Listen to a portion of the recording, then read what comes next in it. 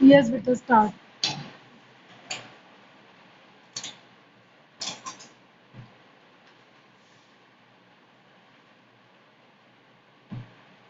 Our topic is Rolle's theorem.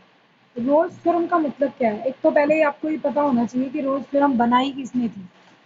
Roles theorem, Michael Rolle, he was mathematician, French mathematician. ठीक है, इन्होंने ये Rolle's theorem बनाई थी.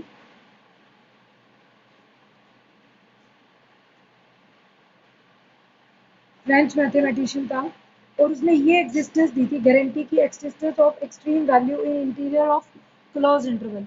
कि इन्होंने काम किस पर किया था, जो इनका रिसर्च वर्क था, कि existence of extreme value. Extreme value का मतलब क्या होता है, या मैक्सिमम.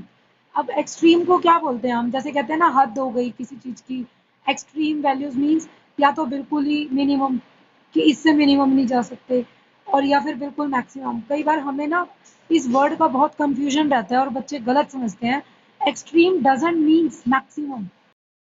वर्ड होता है ना एक्सट्रीम, तो extreme does not means it is only maximum. Extreme का मतलब होता है कि एक लेवल हो गया, कि मतलब इससे मैक्सिमम आप नहीं जा सकते और ऐसे ही इससे मिनिमम नहीं जा सकते. ठीक है, तो existence of extreme value in interior of close interval. किसी भी क्लोज इंटरवल के इंटीरियर में कोई भी वैल्यू का एग्जिस्ट करना, मैक्सिमम होना या मिनिमम होना, उसको हम रोल्स थ्योरम बोलते हैं. ठीक है, अब ज्योमेट्रिकली अगर हम इसकी थ्योरम देखें ना, स्टेटमेंट कोई आपको बोले, ये तो मैंने वैसे एक्स्ट्रा बताया आपको. स्टेटमेंट क्या है, इफ अ फंक्शन, इस स्टेटमेंट को चेंज नहीं कर सकते, एज इट इज ही लर्न करनी है.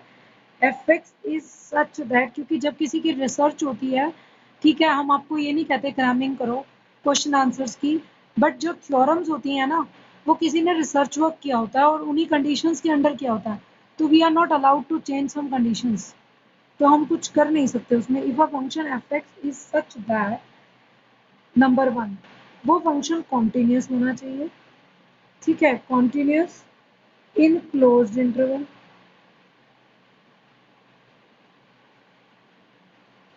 ए बी, ठीक है, क्लोज इंटरवल पर कॉन्टिन्यूस होना चाहिए. It is differentiable in open interval A B. ठीक है, and F A is equal to F B. ये तीन कंडीशन हैं. Then there exist at least one value C of X in open interval AB such that f dash c is, ये सबसे important इसका point है कि f dash c 0 हो जाएगा. अब मीनिंग क्या है एक्चुअल में, देखो यहाँ पर माइकल रोल ने ये बोला कि अगर कोई फंक्शन एफ एक्स है और वो कॉन्टिन्यूस है क्लोज इंटरवल में, अगर कोई फंक्शन कॉन्टिन्यूस होता है तो वो कैसा होता है, स्मूथ होता है. हमने ये बात पढ़ी थी ना कि ग्राफ कॉन्टिन्यूस होता है, डेरिवेबल होना चाहिए. ठीक है, अब एक बात देखो,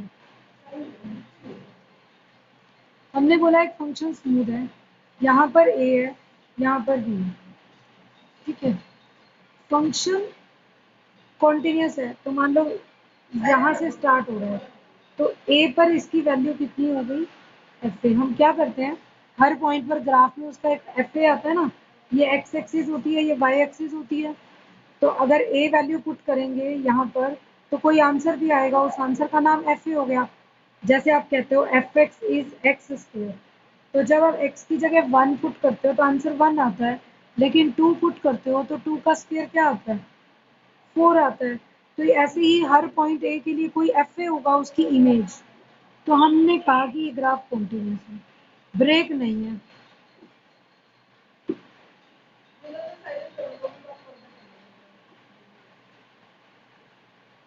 बट इसका कहना ये है फंक्शन डेरिवेबल हो, स्मूथ हो, लेकिन एफ बी भी यही हो। कहने का मतलब जो फंक्शन की वैल्यू ए पर मान लो 4 है तो बी पर भी वैल्यू 4 है।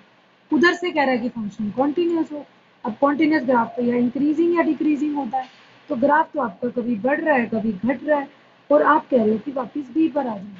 अब कोई चीज एक पॉइंट से स्टार्ट होकर वापस उसी पॉइंट पर कब आएगी? पूरे इंटरवल में। मैं ये नहीं कह रही ज्यादा बार हो। एट एफ ए और एफ बी अगर बराबर करना है तो कम से कम एक ऐसा पॉइंट जरूर मिलेगा आपको पूरे इंटरवल में। ज्यादा भी हो सकते हैं बट एटलीस्ट एक जरूर मिलेगा, सच दैट कि वहां पर एफ डैश सी जीरो। अब मैं इस बात को दूसरे तरीके से समझाती हूँ। मेरा ग्राफ है वो इंक्रीज करता जा रहा है या डिक्रीज करता जा रहा है पूरे इंटरवल के अंदर। देखो एक और ग्राफ बनाते हैं। अगर ये ए है ये बी है, मैंने कहा मैं तो नहीं लूंगा कि ऐसा इंक्रीजिंग से डिक्रीजिंग।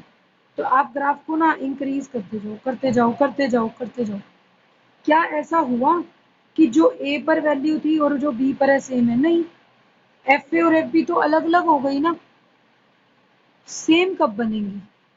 या आप इंक्रीज करते करते एक बार मुड़ोगे और डिक्रीज होना शुरू होगा।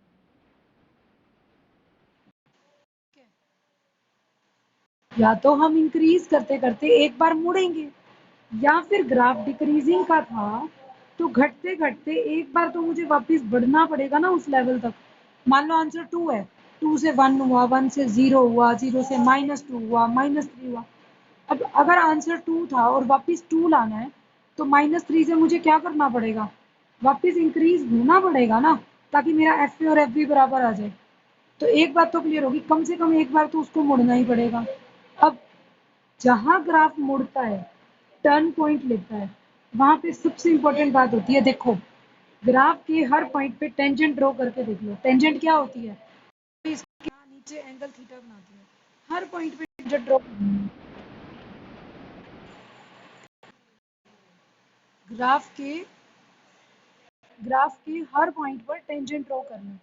जब हम हर पॉइंट पे टेंजेंट ड्रॉ करेंगे, देखो एक ऐसा पॉइंट जरूर मिलेगा जहां पर टेंजेंट एक्स एक्सिस के पैरेलल हो जाएगी। टेंजेंट किसके पैरेलल हो जाएगी? X axis. मुझे नहीं पता हर पॉइंट पर, बट जहां ग्राफ मुड़ा वहां पर एक पॉइंट ऐसा जरूर मिलेगा जहां टेंजेंट बिल्कुल एक्स एक्सिस के पैरेलल हो जाएगी। इस पॉइंट को हम स्टैग्नेशन पॉइंट, टर्निंग पॉइंट बोलते हैं। स्टैग्नेशन पॉइंट या टर्निंग पॉइंट। ये टर्निंग पॉइंट ऐसा है जहां पर स्लोप जीरो होती है। अब हमने डेरिवेटिव वाले चैप्टर में ये बात पढ़ी थी, फंक्शन के डेरिवेटिव को कौन रिप्रेजेंट करता है? F dash x. और फर्स्ट डेरिवेटिव हमेशा किसको रिप्रेजेंट करता है? स्लोप को। टेंजेंट नॉर्मल वाला चैप्टर +1 में पढ़ा था स्ट्रेट लाइन की, तो हम ये कहते थे ना कि अगर हम डेरिवेटिव कर दें, फर्स्ट डेरिवेटिव भी हमेशा स्लोप को रिप्रेजेंट करता है। तो ये तो एफ डैश एक्स हो गई। तो पूरे इंटरवल में एक सी मुझे ऐसा मिला जहां पर एफ डैश सी जीरो है। मजबूरी आपकी, एक बार तो आपको मुड़ना ही पड़ेगा। अगर आप इंक्रीजिंग करते जा रहे हो करते जा रहे हो करते जा रहे हो, कहीं पर तो मुड़ के वापस आओगे डिक्रीज। या आप डिक्रीज करते जा रहे हो करते जा रहे हो, कभी तो मुड़ना पड़ेगा कि आप वापस 2 पर जाओ। देखो एक एग्जांपल वैसे लो कि आपने एक्स की वैल्यूज ली। मान लो फर्स्ट ए पर आपका आंसर 2 है फंक्शन का। अब थोड़ी देर बाद आंसर 3 हो गया, 4 हो गया, 5 हो गया, 7 हो गया, 9 हो गया। आंसर तो बढ़ता जा रहा है। मैं वापस 3 पर कैसे आऊँ अगर मैंने स्टार्टिंग 3 से की है? तो कहीं ऐसा पॉइंट लेना पड़ेगा ना जिसके बाद आंसर घटना शुरू हो जाए। और जहां पे मुड़ोगे वहां एक टेंजेंट ऐसी आएगी जो एक्स एक्सिस के पैरेलल होगी। और जब टेंजेंट एक्स एक्सिस के पैरेलल होती है तो हम सबको पता है कि स्लोप वहां पर जीरो होती है। ठीक है, तो स्लोप वहां पे जीरो हो जाएगी। तो इसीलिए कह रहा है, देखो अब इस ग्राफ में मेरे ज्यादा पॉइंट है, एक दो और एक तीन। तीन पॉइंट मिले, मुझे ज्यादा पॉइंट मिल सकते हैं C1 C2 C3, बट हमारा यहाँ पर कहना क्या था? एटलीस्ट। एटलीस्ट का मतलब क्या होता है? कम से कम एक पॉइंट तो जरूर मिलेगा। कोई कहे मैं नहीं मुड़ता, ज्यादा बार मत मुड़ो।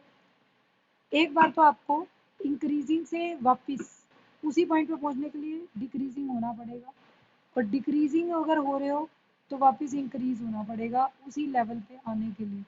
तो अगर हम सेम लेवल पे आते हैं तो सेम लेवल पे आने के लिए हमें इंक्रीजिंग टू डिक्रीजिंग या डिक्रीजिंग टू इंक्रीजिंग आना ही पड़ेगा।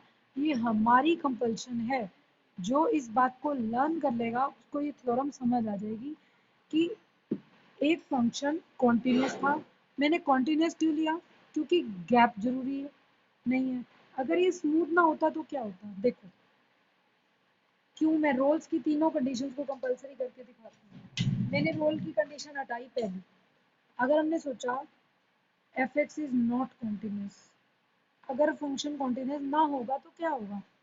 फिर कोई जरूरी नहीं है एफ डैश सी जीरो। ये ऐसे गया, ग्राफ चढ़ता जा रहा था। फिर हम ए पॉइंट ये था, अब बी पॉइंट पर यहाँ आना है। किसने कहा इसको मुड़े? ये यहीं रुक गया और यहाँ ग्राफ स्टार्ट हो गया। जो आंसर ए पे था वही आंसर बी पे आ जाएगा, क्योंकि मैंने तो कहा ही नहीं कॉन्टिन्यूस है। ग्राफ तो टूट सकता है बीच में, अगर टूटेगा तो उसको मुड़ना भी जरूरी नहीं है ना? वो चढ़ता जाएगा। या एक पॉइंट ऐसा आ गया, ऐसे गया, और उसके बाद सपोज मेरा ये पॉइंट है ए पर वैल्यू यहाँ थी, मुझे बी पर भी यही चाहिए, तो उसको मुड़ने के लिए किसने कहा? ग्राफ तो ऐसे भी हो सकता है, हमने तो नहीं कहा। ऐसे भी हो सकता है, तो भी बी पर वही आंसर आएगा, क्योंकि आपने कॉन्टिन्यूटी तोड़ दी तो ग्राफ टुकड़ों में हो सकता है। और जब ग्राफ अलग अलग होता है तो ऐसी कोई कंडीशन नहीं है। अब यहाँ पर आप किसी भी पॉइंट पे टेंजेंट ले लो, टेंजेंट कभी एक्स एक्सिस से पैरेलल होगी ही नहीं, और तभी होगी जब आप मुड़ोगे, टर्निंग पॉइंट लोगे। तो फर्स्ट कंडीशन, इसका मतलब हम नहीं, ऐसा नहीं कर सकते कि नॉट कॉन्टिन्यूस हो, कॉन्टिन्यूस लेना ही पड़ेगा। सेकेंड कंडीशन में एफ एक्स इज डेरिवेबल। अब डेरिवेबल क्यों बोला? मान लो फंक्शन का डेरिवेटिव एग्जिस्ट नहीं करता, मैंने इंटरवल लिया 2 से 4, ठीक है, और फंक्शन लिया log ऑफ x माइनस 1। करना जरा डेरिवेटिव 1/x-1, क्या होगा? सॉरी, इंटरवल लिया 0 to 4, ठीक है, 0 to 4। x इक्वल टू 1 पर क्या हो जाएगा? 1/0 बन जाएगी, और 1/0 अनडिफाइंड होता है, सारा क्वेश्चन खराब हो जाएगा। डेरिवेटिव एग्जिस्ट नहीं करता, और आप कह रहे हो एफ डैश एक्स को 0 के बराबर कर दो। पहले उसे एग्जिस्ट तो कराओ। जब डेरिवेटिव एग्जिस्ट ही नहीं करता तो we have no right to put it equal to 0। ये तो अनडिफाइंड है, और आप कह रहे हो 0 रख दो। इन्फिनिटी कभी भी 0 के बराबर नहीं होती है, 0 is fix value. But infinity तो हमें पता ही नहीं है, ऐसी वैल्यू जिसका पता नहीं है क्या है। तो इसका मतलब डेरिवेबल होना जरूरी है। ये फंक्शन डेरिवेबल नहीं है 0 से 4 में। क्या समस्या आई? 1। अगर ये इंटरवल होता 2 to 4, कोई प्रॉब्लम नहीं थी, डेरिवेबल था। लेकिन इंटरवल क्या लिया? 0 to 4, नहीं ले सकते। तो इसका मतलब हमें ये चेक करना है कि उस इंटरवल में ये डेरिवेबल भी जरूर हो। तो आप ये भी ऐसा नहीं कर सकते। थर्ड कंडीशन, इसने कहा एफ ए एफ बी के बराबर है। मैं कहती हूँ नहीं लेते, हम कहते हैं F A is not equal to F B. तो अगर नॉट इक्वल ही लेनी है फिर तो प्रॉब्लम ही खत्म। ये एफ ए है और वो एफ बी है, एफ ए एफ बी बराबर है ही नहीं, है ना? ये मान लो 4 है, वो 8 है, तो किसने कहा? ग्राफ कौन सा मुड़ गया? आपका ग्राफ मुड़ेगा नहीं। ये मैक्सिमम टेंजेंट आएगी, हर पॉइंट की टेंजेंट लोगे टेढ़ी आएगी, बिल्कुल सीधी तो आएगी ही नहीं। बिल्कुल सीधी टेंजेंट तभी आएगी जब ग्राफ वापस डिक्रीज होगा और एक टर्निंग पॉइंट आएगा। जब तक आपका टर्निंग पॉइंट तब तक नहीं आएगा जब तक ये इस थ्योरम का ब्रह्मास्त्र है। जब तक ये थ्योरम में एफ पे एफ बी बराबर करने की वजह से ही हमें मुड़ना पड़ रहा है, ये हटा दी तो क्वेश्चन वैसे ही खत्म हो जाएगा। तो एफ ए एफ बी भी कंपलसरी है। हम ऐसा नहीं कह सकते कि एफ ए एफ बी के बराबर ना हो। जब तीनों कंडीशन ट्रू होंगी आपका ग्राफ 100% मुड़ेगा। मुड़ते ही स्लोप, कोई तो पॉइंट होगा जिसको हम सी बोल दें, तभी हम कहते हैं एफ डैश सी इज 0। ये आपकी थ्योरम का मतलब है जिसको हम सोल्व कर सकते हैं। सिर्फ एक एग्जांपल देखेंगे, इसके बाद क्लास ओवर करेंगे और हम कल करेंगे, क्योंकि आज आपके लिए इतना बहुत है कि आपको रोज थ्योरम समझ में आ जाए कि रोज थ्योरम क्या है। ठीक, देखो हमने एक फंक्शन लिया F x, x³/3 minus 3x, और इंटरवल ले लिया -3 से 3। आपको ये चेक करके बताना तो पहले तो -3 से 3 के बीच में इसका ग्राफ लोगे। अब आपको लगेगा कि ग्राफ कैसे ड्रॉ करूं। सिंपल है, ये फंक्शन कॉन्टिन्यूस क्यों है, आपको एक और तरीका भी बताती हूँ लिखने का। एक्सिस 3 का एलसीएम लूंगी तो 9x/3 is a polynomial function, is a rational function, ठीक है, ऑफ टू पॉलिनोमियल्स, ठीक है। और पॉलिनोमियल क्या होते हैं, polynomial function is continuous everywhere. Draw नहीं करना आता तो थ्योरम्स पढ़ी हुई हैं हमने पुरानी, उनको यूज करो, अप्लाई करना आना चाहिए। 6 चैप्टर में किया था, polynomial function is continuous everywhere. Polynomial continuous हो गया। 3 क्या है, constant, constant function is continuous everywhere. और हमने एक थ्योरम और पढ़ी थी कि दो कॉन्टिन्यूस फंक्शंस का रैशनल फंक्शन भी क्या होता है, कॉन्टिन्यूस। कंडीशन क्या होती है, ये नॉन जीरो होना चाहिए। तो 3 तो नॉन जीरो है ही, तो कोई प्रॉब्लम ही नहीं है। fx is continuous in interval -3 to 3. First condition satisfy. Derivative find out करो, 3x² by 3 - 3 पर। अगेन ये क्या है, अनडिफाइंड तो कभी होगा नहीं। अनडिफाइंड का खतरा कब होता है, जब डिवाइड में और जीरो आ जाए। यहाँ पर √3 आ जाए तो उसका स्क्वायर 3 होगा, जीरो होएगा ना, जीरो इज नॉट अनडिफाइंड। और बाकी इसकी कोई भी वैल्यू आ जाए एक्स की, ये या पॉजिटिव बनेगा या negative, it is not undefined. तो f' exists is finite, real, definite. हमने सारी चीजें बता दी जो जो हमें पता है। आंसर डेफिनिट आएगा, रियल आएगा, फाइनाइट वैल्यू आएगी, ठीक है, finite, real and definite in interval. अब कंडीशन क्या थी, ओपन लिखना है, तो आप ओपन राउंड ब्रैकेट से ओपन को दिखाते हो तो ओपन बना दो, स्क्वायर ब्रैकेट से क्लोज को दिखाते हैं तो real definite in interval -3 to 2। Therefore fx is derivable in -3। Second भी सेटिस्फाई। थर्ड आ जाओ, थर्ड इज f ऑफ -3 भी फाइंड आउट करो और f ऑफ 3 भी। जब -3 पुट करेंगे, -3³/3 -3 इंटू -3, -3 का क्यूब -27/3 -3 3 +9, 3 9 -9 + 9